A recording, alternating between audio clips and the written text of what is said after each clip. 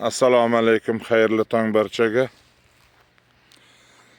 Tuni bilan mana shu yerga ishlov berdik.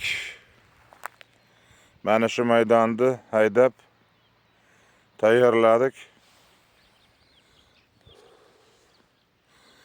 Nasib bo'lsa mana shu yerga endi lalma qovun tarvuz ekamiz. Mana shu topdan nargi tomonida biroz yer oqarinqiragan ekan. Mana bu qismida judayam namgarchilik kuchli, chunki bu yer sayxonlik. Lekin ana oqnam bo'lib qolgan tomoni ham, mana bu ko'rinishi ham, nargi tomoni ham bo'ladi, yomon emas. Bo'ladi, chunki hali yog'ingarchiliklar oldinda. Chunki bu ikkinchi marta qayta haydab ekish paytimiz bu may oyiga to'g'ri keladi. May oyiga to'g'ri kelguncha kelgani sababli hali bir nechta yomg'irni yeydi. Bir nechta yomg'irni o'tkazadi. Shu sababli bo'ladi, hali bu qorishib ketadi.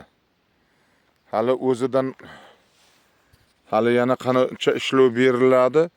Hali nam qaytadi, nam aralashadi. Bu oq namlar qop-qora namga aylanib ketadi. Ana shu ko'rib turganingiz oq nam deyiladi. Lekin aslida shunisi ham yaxshi. Chunki hozir ko'ryapsiz, aprelda 2-si bugun. Agar buni fevral oyida haydab qo'yganimizda ham shu holat bo'lishi mumkin edi. Yanvar oyida haydab qo'yganimizda ham shu holat bo'lishi mumkin edi bugunga kelib. Chunki bu ham haydalgan yer edi. Bir sirama hozir nima uchun hozir haydaladi hamalda? Hamalda haydalishida mana shu o'tlar bir sirama ko'karib bo'lish kerak. Agar fevralda haydab qo'yganimizda, hozir balkim yanvarda haydaganimizda yana o'tlar ko'karib kelayotgan bo'lishi mumkin edi.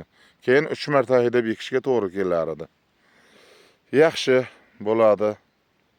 Rahmat. Barchaga qoniqdik. Rahmat. Endi past tomonga o'tib ko'ramiz.